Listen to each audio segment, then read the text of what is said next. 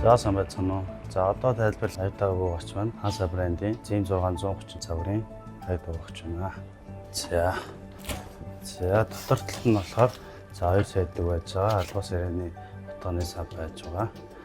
За хахаас өмнө 3 төрлийн бодис авч хэрэглэн. За эхнийх нь гялзуулагч шинг. За энэ рүүгээ ингэж хазаалгасаа дүүрчихлээ. За хоёр дахь нь болохоор тавилат. За тавилатыг болохоор угаах тоолондоо нэвших гэнэ гэсэн. За гурав дахь нь болохоор давс.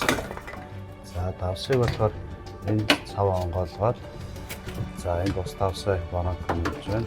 Банак хийж жагаад 1 литр ус игээд 1 хил давж байна. За энэ маань болохоор бохрын сав. Бохрын сав ингэж өгүүлээд аваад 7-8 угаалтанд авч явуулнаа гэсэн үг.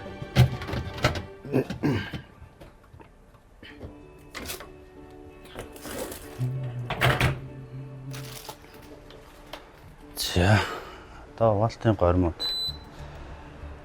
За горимууд маань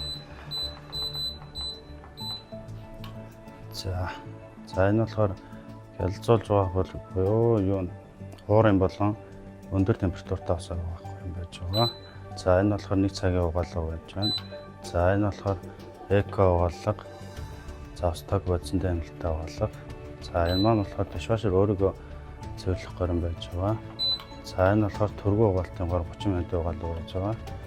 За энэ болохоор за дэвтэлтийн горим буюу 15 минутын горим байж байна. За энэ маань болохоор шөнийн угаалга буюу дуу чимээ багтаа угаалгаа гэсэн.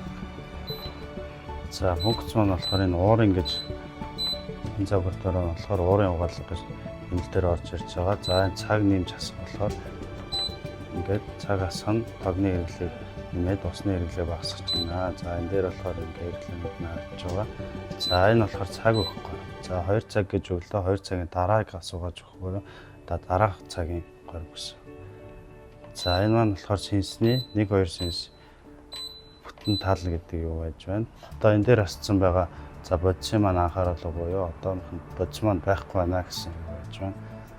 За энэ болохоор давсных байж байна. Энэ болохоор гялзуулагч юм. За энэ болохоор дишвашер өөрийгөө цэвэрлэх төхөөд буюу их бохирдсон үед ингээ улаан гэрэл асчихна. Одоогоор л асааг болохоор за цэвэрхэн болоог байна гэсэн. За болцсон тохиолдолд энэ дишвашер өөрийгөө цэвэрлэх горим буюу энэ горим дээр хуваалцуулна гэсэн.